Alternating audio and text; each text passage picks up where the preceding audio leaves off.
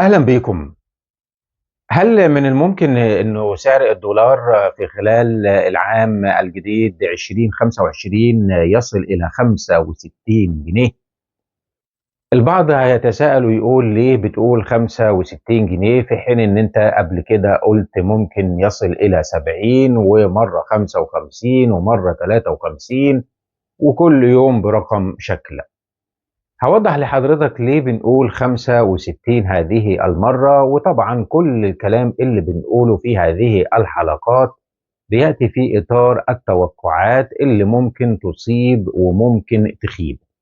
لكن انطلاقتنا هذه المرة من انفوجراف بيتكلم عن عبء الدين الخارجي لمصر، وكيف انه البنك المركزي اعلنوا وايضا مجلس الوزراء انه كان فيه زياده في اعباء الدين بتصل الى 33% في العام المنقضي 2024 مقارنه بالعام السابق عليه اللي هو 2023.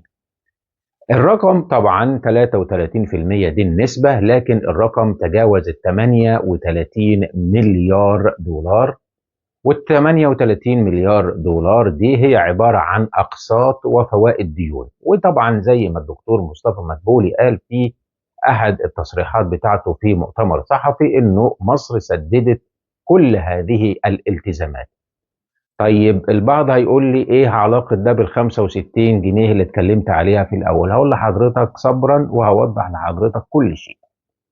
لما بنقول انه عبء الدين زاد بواقع 33% في عام 2024، ولما تيجي تشوف الدولار زاد كام في خلال العام المنقضي اللي هو 2024، هتكتشف انه زاد بواقع 20 جنيه. لما كنا بنتكلم في تقريبا بداية مارس من العام المنقضي 2024 كنا بنتكلم تقريبا على سعر الدولار 31 جنيه تقريبا، واختتم تعاملات السنة عند ال 51 جنيه، يعني بزيادة 20 جنيه.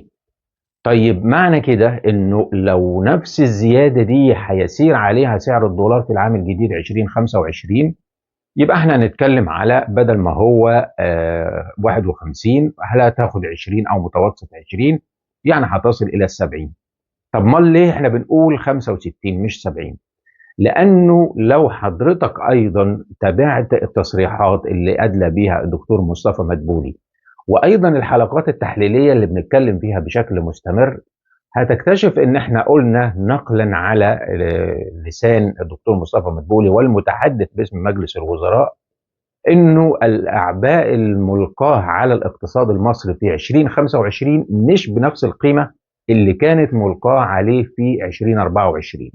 يعني بنتكلم على تقريبا 39 مليار دولار، هم طبعا الرقم 38.8 من عشرة، وخلونا ناخد الارقام بالتقريب ان بنتكلم على 39 مليار. وهم قالوا الحكومه يعني بتتكلم وبتقول انه المطلوب من مصر في خلال العام 2025 اقل من ده، يعني اقل من الالتزامات بتاعه 24، وان 24 ده كان اكثر يعني صعوبه بالنسبه لاعباء الدين. طيب معنى كده انه هيكون اقل من الرقم اللي تم دفعه في عام 2024، يعني هنتكلم في 30 مليار او اقل او اكثر.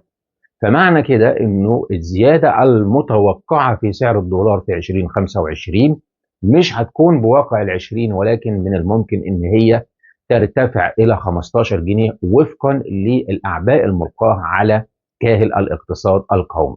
عشان كده بنقول انه 15 جنيه على ال 50 يبقى كده ممكن يصل الى ال 65 جنيه مع نهايه العام. لكن الحقيقه ان احنا بنجيب الارقام دي بنربطها بالتصريحات الحكوميه وبنربطها باداء الدولار في خلال العام المنقضي.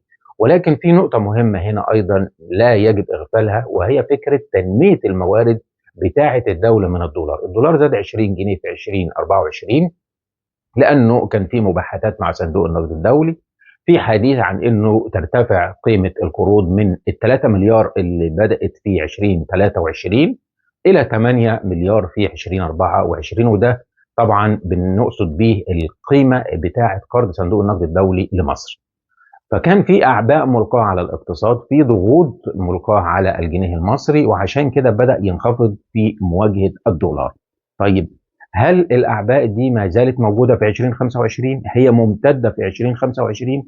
الحقيقة إنه الأعباء مش بنفس الدرجة، لا من حيث قيمة المطلوب سداده سواء أقساط أو فوائد ديون، ولا من حيث تنمية الموارد، لأنه إحنا يعني في 2025 هيكون في لدى الدولة تنمية موارد دولارية جديدة بتتمثل في: واحد، القيمة بتاعة الشريحة الرابعة من قيمة القرض وهي 1.3 مليار دولار. بنتكلم أيضا عن أنه الحكومة حصلت على، وده طبعا برضو بناء على تصريح الدكتور مصطفى مدبولي، ان هي خدت مليار يورو، يعني بتتكلم تقريبا ما يعادل المليار دولار او اكتر بشويه.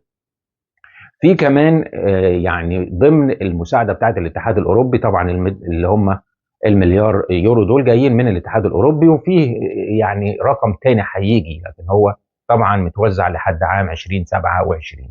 فاذا في تنميه موارد دولاريه ممكن تحصل في خلال العام، بالاضافه الى الصفقات المحتمله الجديده، سواء بقى مع الجانب القطري، من الجانب السعودي، او حتى اموال ساخنه جديده او الى اخره. فكل هذه المسائل بنقول انه معاها مش هيبقى فيه ضغط كبير على الجنيه المصري زي ما كان موجود على الجنيه في 2024.